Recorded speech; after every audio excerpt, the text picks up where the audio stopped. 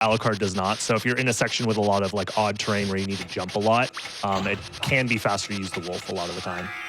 And we're also going to be using the wolf right here to gain enough height to get into this next section by dive kicking off of a candle. The game just lets you dive kick if you transform into any of the transformations of this game, when normally it's intended that you get like the double jump ability before coming up here, which we do not have. That's just bad RNG from that enemy. Getting a level up there isn't the worst thing in the world. Usually you want to stack your level ups on top of bosses, but in a category this long, it's near impossible to do that. I gotta say, like, I feel like I'm being more quiet than usual just because I'm mesmerized by the bat movement. Yeah, the bat movement in this game is really sick overall. Every time you see me enter the bat while it's like has the blue trails falling behind me, I'm doing a very particular input. It requires you to hold the jump button, then do a 3/4 circle motion on the controller, starting from up going to back, down to forward. And you have to do that within a 63 frame window to chain them infinitely. Otherwise, you will drop out of the input. And every time you do that input, it costs 8 MP.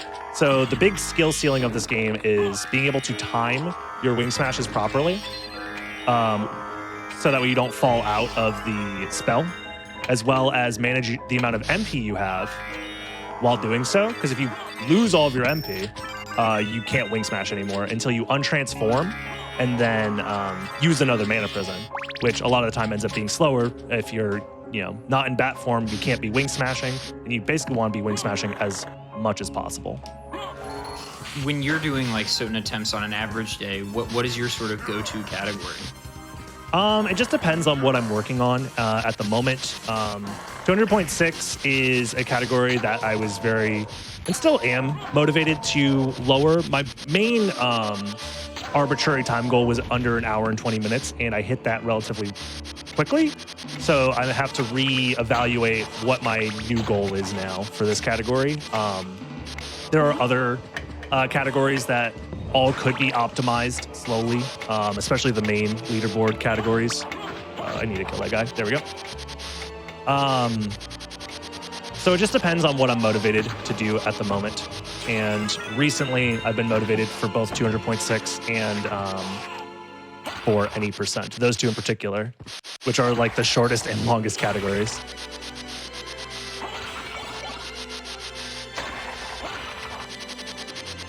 Any percent is in an interesting spot because with the new time save from the music being turned off, pretty much every single category can now get like some free time save from that because it's such a new discovery. But I think it would be the most impactful in any percent because any percent is already so close to what I would consider a human limit in that category. The sum of best of all of the top runners started to converge on this number. And it's also a very interesting number because in game, at the very end of the game, Dracula quotes a Bible scripture, Matthew 16:26, and the sum of best of all of those runners was converging on 16 minutes and 26 seconds. What? So the prophecy is that the perfect world record will be a 16-minute and 26-second time. So that is the big goal that I have for myself to try and achieve at some point this year. We'll see how doable it is. My sum of best is a little bit lower. It's a 16:24, so I have some room for improvement, or some wiggle room, I mean, to not have to get an absolutely perfect run, but dang near close to it. And this extra 1 second time save from the music being off is another cushion to help make it more doable. But that is pretty much like, I would consider that a perfect run if I got a 16:26. Goodness, 1 frame off both times. You love to see it. The way that, how did that not work? Hello? There we go. The way that map buffering works is that you have to buffer it in real time. So you have to unpress the map and then repress it within 1 frame if you want to move forward in game by 1 frame. So it's not like Ocarina of Time, for example, where you got like 10 years for the menu to disappear and then come back and for you to advance 1 frame. It's much more physically demanding to map buffer and to advance by 1 frame at a time. A lot of the times you end up doing accidental 2-frame advancements, and yeah, it takes a lot of practice to get good at 1 frame map buffering. I need to not forget this room, that's for sure.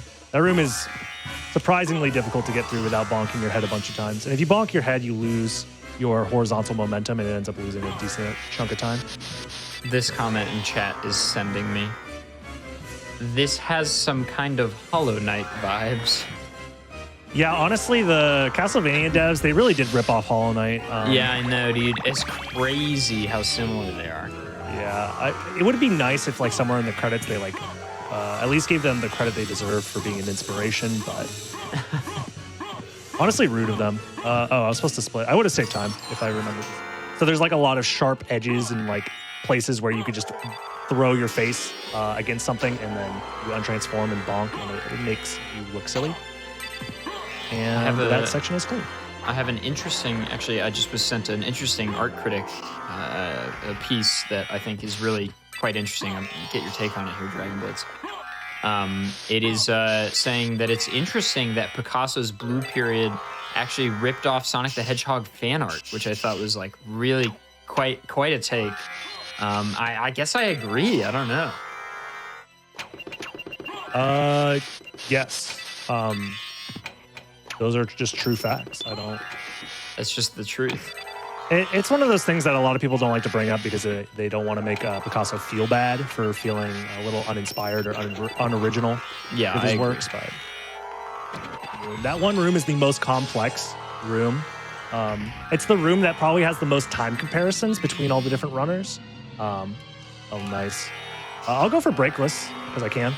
Of course I get it first try. That is the hardest version of Richter Skip, and I don't do that on world record pace because it's so inconsistent. But of course I get it just messing around. That's hilarious. This run is cursed. Yeah, a little bit.